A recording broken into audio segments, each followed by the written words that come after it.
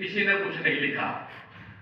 और जो आज की हमारी सरकार है, अगर इन्हें कुछ पल्ले पड़ जाए इसके विषय में विरोधियों को, तो सरकार के खाल उतार देंगे। क्यों? कि वो कहेंगे साहब ये दलित था, इस वजह से इसका नहीं बनाते। दलित था, ये रामदसिया संप्रदाय से था। लेकिन जब 1919 में जलियांवाला बाग कांड हुआ, जन्म तो उनका मैं बता दूं आपको 1899 में हुआ था। 1919 में जब ये कांड हुआ, 1919 हाँ 1919 में जब ये जलियांवाला बाग का कांड हुआ, उस समय ये प्रत्यक्षदर्शी था, और इसने बताते जैसा भी किंवदंती मान लो या कुछ भी, ताकि इसने ये कसम खाई कि मैं यहाँ गोली चलाने वाले से बदला लूंगा। डायर नहीं था, चलवाने वाले से जिसने हाँ देखिए इसमें भ्रांति हो जाती है। वो था जनरल डायर जिसने गोली चलाई लाहौर से, और जिसने चलवाई वो था माइकल ओ डायर का, तो उसे जोड़ दो, उसमें साथ जोड़ दो तो डायर हो जाएगा। जो वहां लिखा है अलग अलग लिखा है, माइकल ओ और डायर बोल दो। उसकी जो स्पेलिंग है अच्छा, उसमें DWAYER। मैं तो हिंदी की बात कर रहा हूँ, अंग्रेजी की बात नहीं कर रहा, मैं हिंदी की बात कर रहा हूँ। कहते हैं डायर में तो बोल रहा है। चलो माइकल और डायर नहीं होता है, माइकल और डायर तो है वो, और डायर है जो भी कुछ है वो हिंदी अंग्रेजी में होगा, लेकिन हम इसलिए इस चीज में हम नहीं जाते। तो मैं ज्यादा इसके विषय में नहीं बताऊंगा।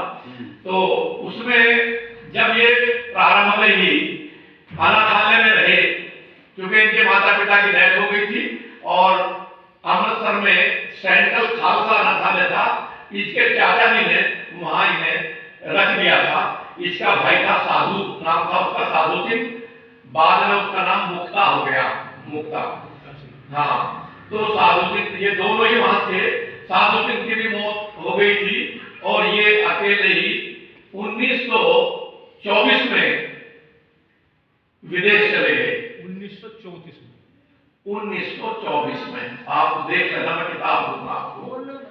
वो जो है देखिए, वो फिर दोबारा जाएंगे ना 1934 में, अभी तो फिर आएंगे, सुन लो पहले, उसके बाद इसे करना समीक्षा कर देना। देखिए, तो 1924 में वो गदर पार्टी में मिले पहले, और गदर पार्टी के बाद उन्होंने जो सोशलिस्ट रिपब्लिकन, जो सरदार भगत सिंह की association, Hindustan socialist Republican association, उसमें ये जुड़ गए थे। और वहां से जुड़ने के बाद ये 1924 में विदेश चले गए, और वहां देश की आजादी के लिए जो भारतीय थे उन्हें संगठित किया, और करते रहे वहां संगठित। लेकिन 1927 में भगत सिंह के आदेश में लिखा है उसमें तो, लेकिन मैं कहूंगा उनके बुलाने पर वो फिर भारत आ गए,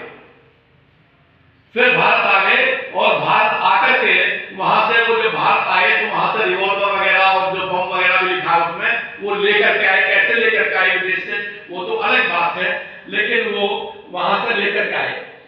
और उन्होंने आकर के यहाँ सबसे पहले गवर्नमेंट ने क्या किया कि हथियार बिना लाइसेंस के रखने की वजह से उन पर केस दायर कर दिया, जिसमें 5 साल की उसकी सजा हुई।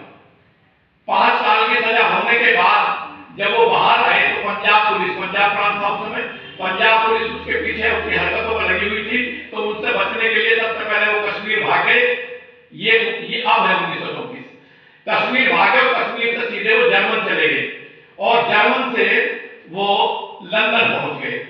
जर्मन से वे लंदन गए, और लंदन जाकर के उन्होंने वहां उन्हें अपना रोजगार मिल गया। तो कैसे अपने जीवन यापन में, तो वहां रोजगार मिला, और रोजगार मिलने के बाद वो वहां जो है काम करते रहे, और योजना बनाते रहे किसी तरह से उसे मारा जाए, भाई कर रहा है किस तरह से मारा। योजना चलती रही वो, और योजना बना करके वो उन्होंने, जब वहां पता लगा उसे कि एक्शन हॉल में एक कार्यक्रम है जिसमें भारत में ये जो सारी चीजें क्या किया गवर्नमेंट ने, जलियांवाला बाग का वो भी होना था उसमें, तो उसी चक्कर में लग गया कि कैसे पहुंचे, वहां पास मिलना था। तो वहां पास भी जनरल डायर की बेटी से ही उसने किस तरह दोस्ती की, और दोस्ती करने के बाद वहां से उससे पास हासिल कर लिया अंदर जाने के लिए।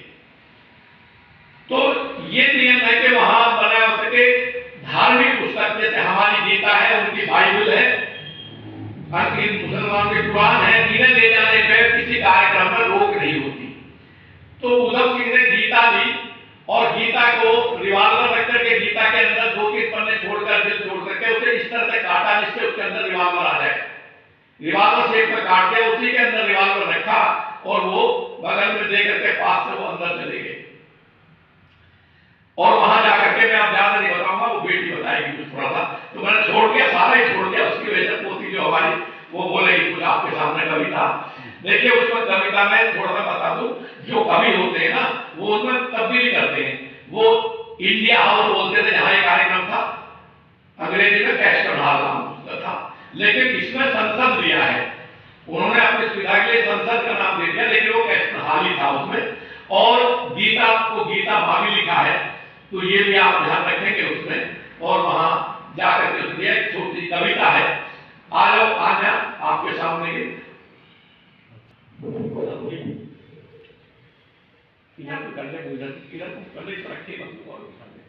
नमस्ते, मैं आन्या।